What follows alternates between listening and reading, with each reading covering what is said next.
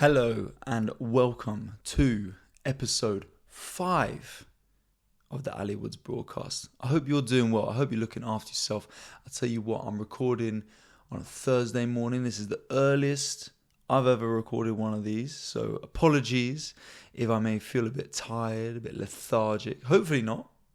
Hopefully the enthusiasm of broadcasting to you, beautiful listener, is getting me going, which I think it is. It's 8:20 on Friday morning. The sun is not coming up. The weather is terrible. It's 31st of May. The UK has a problem. The UK has depression. The UK weather is not coming out of its room. The sun is staying in. And instead, we're being greeted by this grey cloud. And look, hey, I'm a ginger man. I normally welcome a bit of overcast, a bit of sort of not having to worry about my skin. But this is just pathetic. So look, I hope you are finding sun in some part of your life. Thank you so much, as always, to all the listeners and all the comments. Thank you for listening to this. Just checking out on my YouTube. Mega Holstar. Been hanging all week for this. I thought you were going to dip of this week's video. Not me, mate. Not me, baby. Consistency is what I got. I've not got quality, but I've got quantity. Marie Mayer, another great episode. Made me laugh like an idiot while I was out for a walk in the park. Have a great time in Stockholm. It is a lovely city. I'll be catching you up on that soon. From Venus Petals, love your content. Keep it coming. Yoni Man, I think you found some niche combining millennial/Gen Z therapy with relaxed comedic stories and stylings in the form of a podcast. Please continue producing this content for our ears. That was very nice. Very nice of you, actually. Appreciate that. And then finally, Doug Ross. I'm hearing a mixture of English, Jamaican, and Black American mixed together. To which I replied, that's where my 3 dads are from. To which Doug's replied, are you pulling my leg, mate? Or are you serious? I mean, what a household that would be if I had 3 dads, English, Jamaican, and Black American. Now, I suppose I've always had a weird one with my accent because I think it's just probably an insecurity thing. I've never felt comfortable with what my accent is, really. I've never felt like I've had a consistent accent. I'm definitely prone to doing the code switching, which is not good. Depending on who I'm with, accent gets posher, or, it gets more like from North London. So I think I respect people who, they just are consistent with who they are, and I find that tricky. And also, I'm known to mimic people as well. If I'm with someone and they're speaking a certain way, I'm known to mimic the way they speak.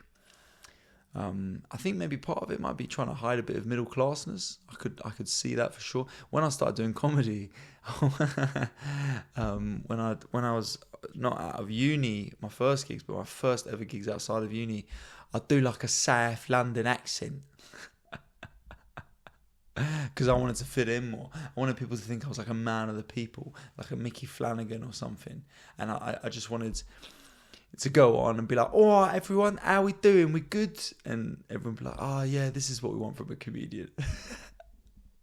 I remember one time I met this lady on the tube. It was just, I was 21, I think. There was some age gap. I was 21, I think she was 30, maybe slightly older. And I was walking and she was following me. I kept change and she followed me, and not in a sinister way, but just obviously she had to do. And in that time, I was 21. I was just like excited. I was out in London as an adult, and I just turned around. I was like, "You following me?"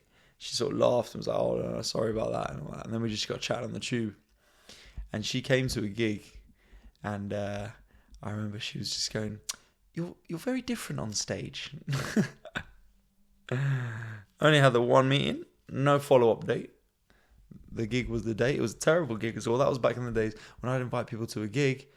There was 10 people in the basement of a pizza restaurant. That was the gig. That was my Friday night.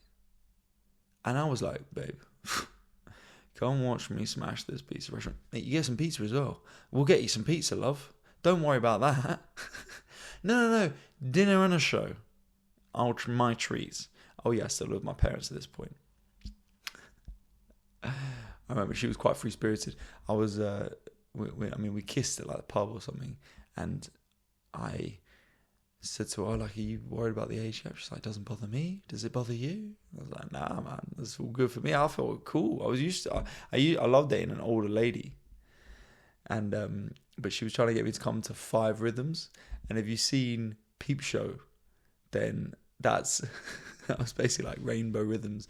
She was like, no, you've got to come to 5 Rhythms. It's amazing.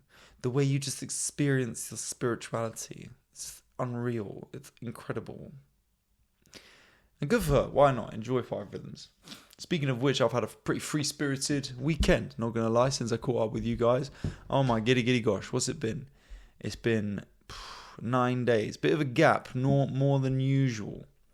So appreciate you sticking with it.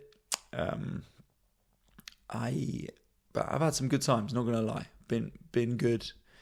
I went to Stockholm over the weekend. Thank you so much for everyone who sent me their recommendations for things to do. I don't know if you've been to Stockholm. Beautiful city. Went in May. Sunshine, 25 degrees. Not like here. When did Scandinavia have better weather than us? Is this the Tories' fault? Is this the Conservatives? Turn that weather machine on, buddy. I saw a tweet which was like, I'm going to vote for whoever sticks that weather machine on 27 degrees every day. Turn that weather machine on, buddy, because this is not on. I can't believe we're being beat by Sweden. We're being beaten by Sweden in terms of who's having the more exotic summer. Have you seen these people? I mean, they're beautiful, but they're ghouls. Their skin is whiter than an A4 piece of paper. And that is coming from me. It's the only time I felt tanned was walking around Stockholm. I was walking around and they were looking at me like, oh man, he must be from the Caribbean. I was like, yes, I am. In a way, Scotland. I'm from an island. Mate. I get it. I got the island. British people have the island culture. We're probably the only island in the whole world that doesn't have an island attitude. The British Isles. Us and Ireland. Only ones who don't have like an actual sort of fun, relaxed. Well, maybe the Irish are a bit more relaxed. But the English, definitely not. Definitely not. So, walking around Stockholm, beautiful place. Trains are shit, didn't realise that. Trains are just as bad as here.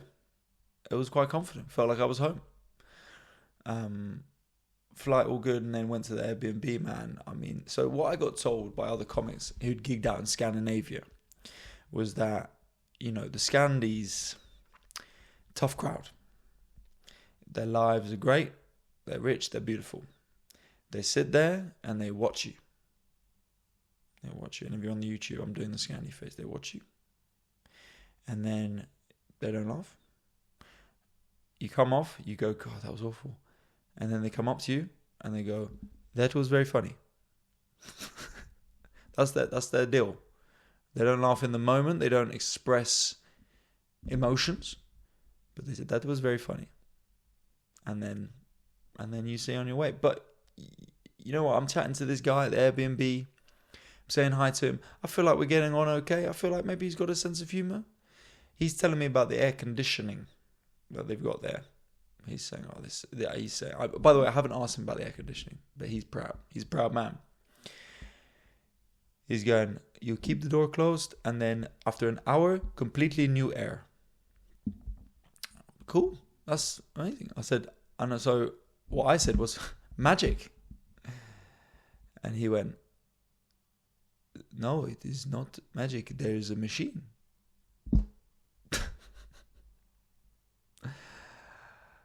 And I sighed and I thought, man, it's going to be a tough gig tonight. But you know what? The gig was good. I just about made it. Never had this happen to me before. I looked up the name of where the gig was. I thought, okay, I'm on at sort of 10, so I'll get there about 9, watch the show, see other people. That'll be nice. I get there plenty of time, 9 o'clock, walk in. No comedy, no nothing. This has happened to me before, where sometimes you walk in somewhere, there's no comedy, you think, well, have I got the wrong venue? Is there a different? And so I checked what the venue was on the information they sent, and it was the name of that venue, but it was in a different city. I was in the wrong city. This has never happened to me before. I've never gone to a gig in London and realised I should be in Brighton. Like I've got the wrong Red Lion pub. It was wild. It was wild. I suddenly, you know what though? I wasn't stressed. I was actually quite chilled. Because there's nothing you can do at that point.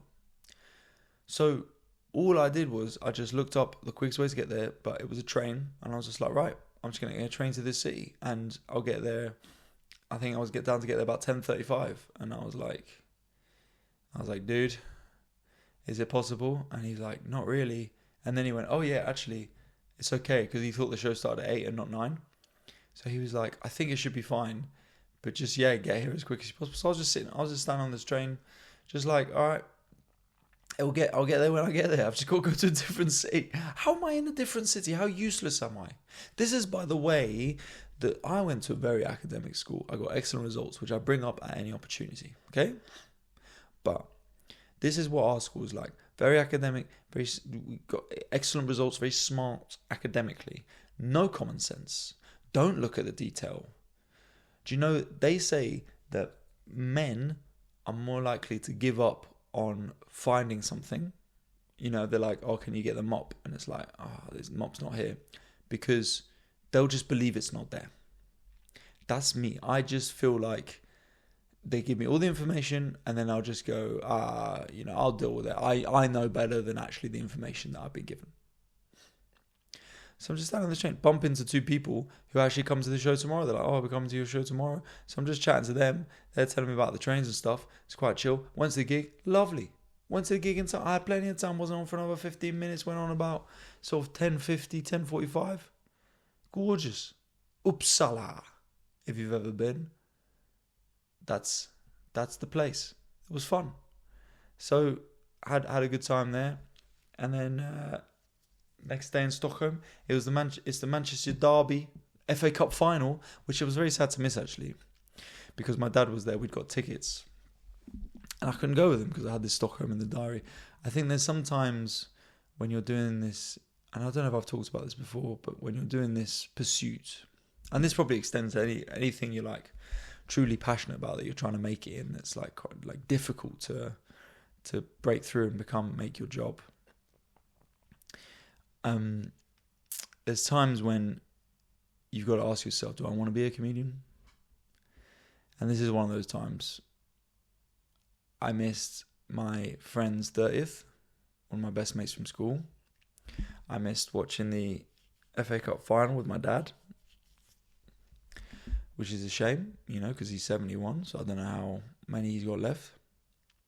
Maybe 1, 2, depending on how well we do in getting to FA Cup finals. And maybe he's got 3. And so I'm looking at my diary and I'm being flown out to Stockholm to do these gigs in a city, in a country I've never been to. And I'm thinking, well, am I going to cancel that? Am I going to cancel this opportunity to stay in London and do these things? And often you can't. If you want to be a comedian, be a comedian. There's a saying I love. It's one of the quotes up on my wall, which is, you are your habits. You ever have that friend who, say I'm a writer, or whatever. I'm a writer, really. I know I work in recruitment, but I'm a writer, really. Do you write? How much are you writing? You writing every day? Oh, you don't write. Oh, but you just want to be a writer, or you think about being a writer. I know it's tough because, you got your fantasies, you got to have your daydreams to get you through, but you are your habits. You want to get fit, go to the gym, work out, do exercise, go for a run, go for a walk, eat healthily. You want to travel the world, go travel the world. You want to be like a traveling person, go do it, because you are your habits. And so the minute I start going, well, I'm going to just cancel my weekend gigs and just party and go to the FA Cup final with my dad, I stopped being a comedian because that's not the job. The job is to do comedy. And look, hey, man, for me, it's the best job in the world. I get flown out to Sweden to go gig to the beautiful people there, have some meatballs, and I'm crying. I'm on my podcast crying about, oh yeah, it's so hard. It's not. It's beautiful, but these are hard times. So this match, I ended up accidentally watching it at this amazing pub, O'Leary's, that I just walked past, and it looked like they were doing it. They were showing it. It turned out to be that's where all the Stockholm Man United fans go, the official Man United supporters club, the Red Army, the Stockholm Red Army. I was watching it with these Swedish people, getting so gassed. Everyone's in Man United shirts, clapping everything. It was wicked. We won. It was amazing. I was glad my dad still went. That's what I'm worried about sometimes. I'm worried sometimes that my dad finds out I'm not going, and he's not going to go. And that's not what I want at all, man. But fortunately, yeah, he still went. Brilliant game. Won. Beat Manchester City, the best team in the world at the moment. We beat them fairly and deserved to win over the course of the game. And won an FA Cup, going to Europe. Brilliant day, buzzing. I FaceTimed him while he was there. Saw him. He was buzzing. It was great. It was a lovely moment.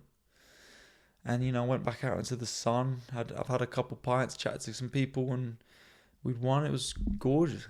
I went and did the gig, and it was beautiful. Lovely gig, really nice people. Went out afterwards with some of the Swedes who'd come to hang out, and met the former captain of the Swedish volleyball team, women's. She was huge. She was so tall. She towered over me. Lovely person. We need to do karaoke together. Got a picture of us. It's very funny. I look like, she's taking her nephew out for the day. But yeah, man. Those moments, those decisions that you have in your life. Do I want this? Am I going to do this? Honestly, I feel like the most dangerous thing to do, if you truly want to do something, make something happen for yourself, the most dangerous thing to do is to trick yourself into thinking you're doing it.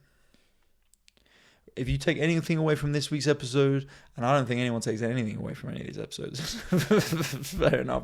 You do what you want. It's not what it's for. Those 4 words. You are your habits.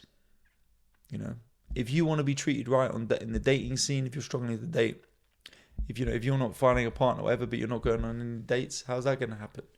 If you're being treated badly by people and you're letting them do that, that's always going to happen. You are your habits.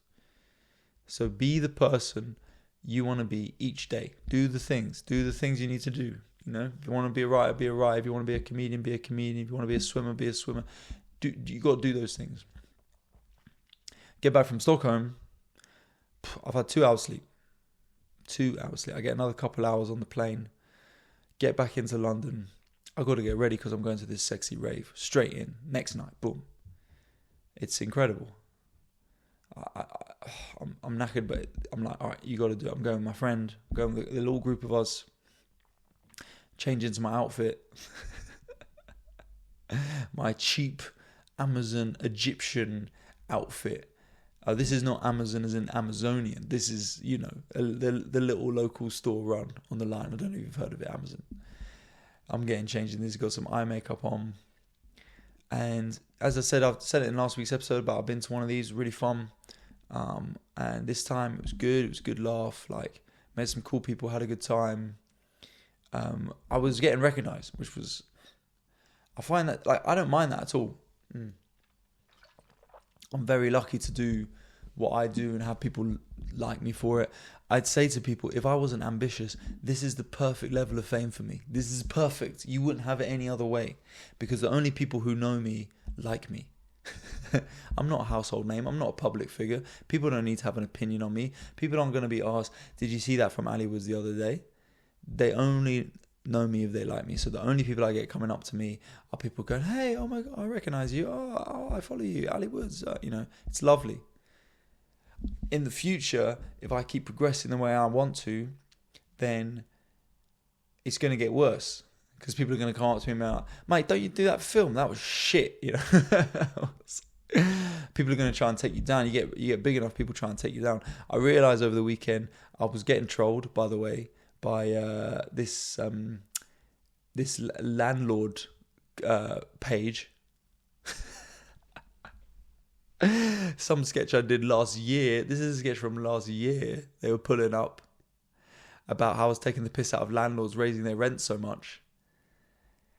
And they literally, they did an animation of my face in a little monkey suit, mate. I've got to try and find it, man. I videoed it on my phone, man. It was so good. I don't know if they'd been paid to do that, but someone had spent their afternoon, an hour, a minute would have been too long, putting my face in a little monkey costume and dancing. They were basically trolling me because they were like, because I was saying, landlords are just putting their costs up, putting their prices up to cover their own costs and make less money. And they were like, no, it's the government. And I'm like, well, probably is them as well. But also, like, just sell your property, innit? Just like sell it to someone who wants to buy a house. Stop hoarding stuff. And also, if you just close your eyes and you think of what a landlord looks like, that's who presented the show. Also, in fairness as well, I'm getting heat this last week, because I'm getting called ableist as well, which I think is the funniest of the ists to be, because it just sounds good. It sounds like you're being ableist. You're helping people be able to do what they want. That's what the motivational side of this podcast is, being ableist. But actually, it's bad. Don't be ableist. You're not supposed to be ableist.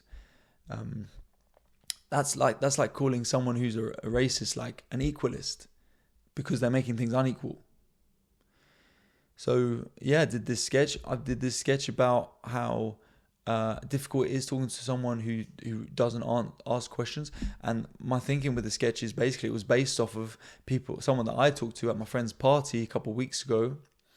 And it was just that moment where you realize, like, you're like, I'm normally good in conversation. Why is this one tricky? And I realized, he hasn't asked me a single question. Just people who are sort of self-centered. They just like talking. They don't really care about what you have to say or your life. I thought, yeah, it's going to be fun. Just put this out. People are going to relate. Probably people are going to be like, this is dating's like this, But, I mean, I'm getting all that. Getting love for it, to be fair. People are agreeing and relating. But, tell you what, man. TikTok.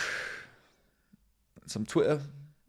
The video's done well. It's got lots of views. But let me tell you, there's people on there on the spectrum. They're not happy. They're not happy. They're saying this is ableist. They're saying this is against people who have autism. I don't mean to offend the autism community. I don't feel like I have to say that. But I'm not coming for you guys. Come to my show. There's some autism jokes in there. There actually is. But it was not about someone who is on the spectrum, finds conversation difficult generally, or people who are introverted and shy. I hoped that it got across that it's actually about people who just think that they're God's gift to earth and they're the only ones who need to talk in a conversation.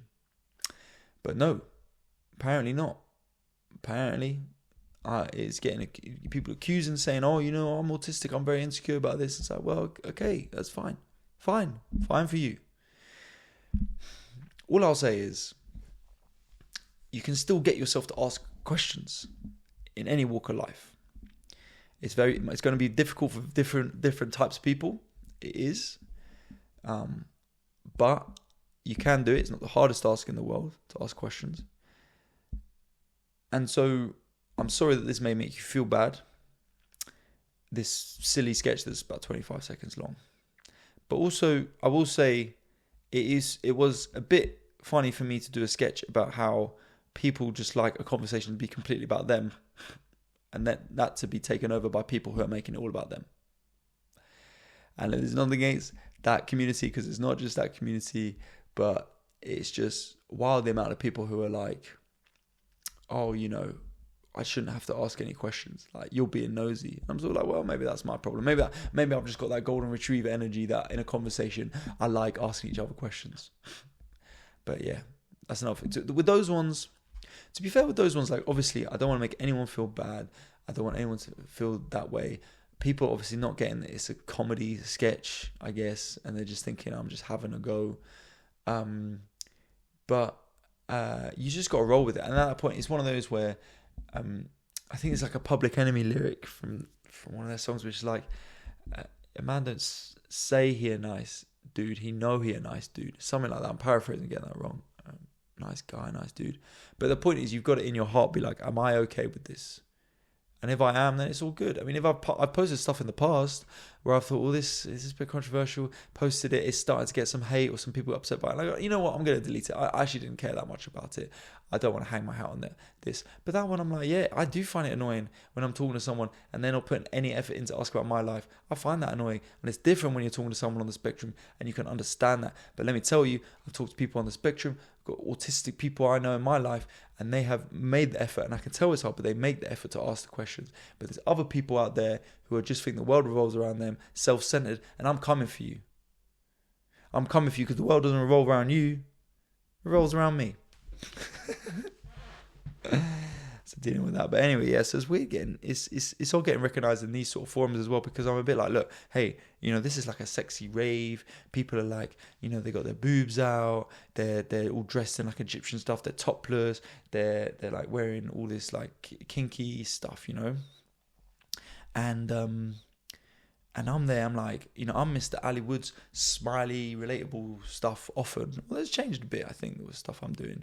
But I worry that it's like, oh, am I supposed to be here? But the point is, I'm going to live my life. I want to live my life, innit? So there's no problem with me being there. I had a great time, enjoyed myself, like hung out with people that I was came with. Also met some cool people and stuff. So had a little kiss. Ooh. But yeah, it was fun. It was good. But so tired the next day, man. Didn't get to sleep till 7:30 in the morning. And then I rotted in bed, got up, had lunch with a good friend, George Zach, very funny comedian. Went to do my gig Comedy Therapy run by my friend Andre De Freitas. Go check these shows out, very good. They get a therapist on with comedians to talk through people's problems. People from the audience get their problems talked about. And it's a very fun show. So that was all good. But you know what? And then this week it's been mixed, man. Like this week I've had like good times. I've been doing some good stuff, been busy. But I mean, let me tell you, man, like I'm doing Edinburgh this year, doing Edinburgh Fringe Festival. So if you're in Edinburgh this year, come check me out. I've got my new show, Ali Woods, at the moment through all of August. And if you're not in Edinburgh, come to the tour. I'm touring, get tickets all on my website, Ali Woods Gigs, or on my socials. Just hit them up on there. Get tickets to my show now because tickets are moving. But yeah, I was having the meeting with, I've hired a PR person for that Fringe, and she's supposed to be great. And so we're chatting and she's giving me an update. And if you can imagine this is a 45-minute update I get on the Tuesday afternoon. I'm still knackered from the weekend. So I chatted to them and they don't know who you are. Okay, yeah, so I've chatted to these guys. Very good publication, very strong publication, very important to Edinburgh. They have no idea who you are. Okay, and then I have chatted to these. Now, this would be good if we could get in this. This would be nice. A lot of people get in here and they go on to do well.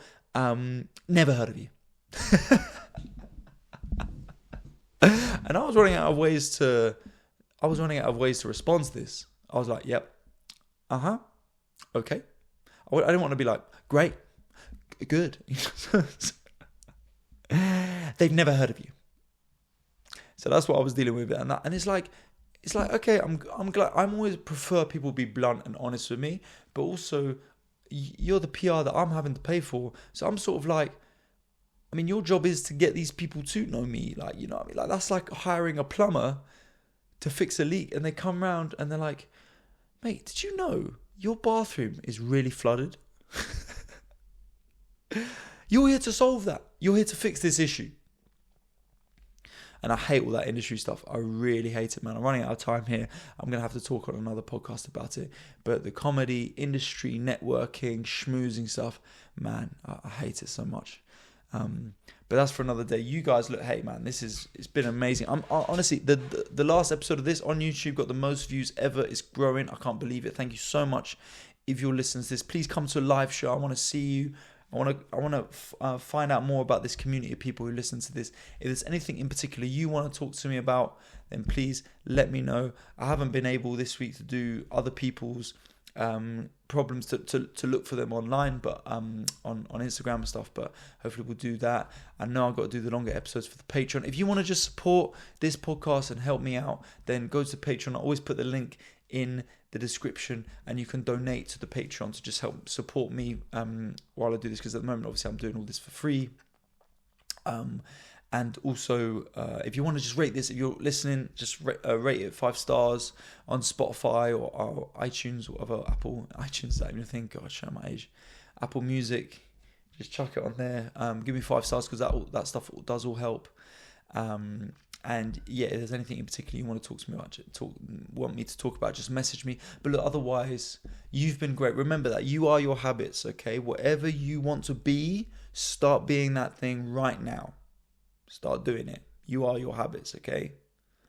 And if your habit is listening to this podcast, I love you for it, okay? I've been Ali Woods. You look after yourself. Thank you so much for listening. Have a great week. I'll see you next time.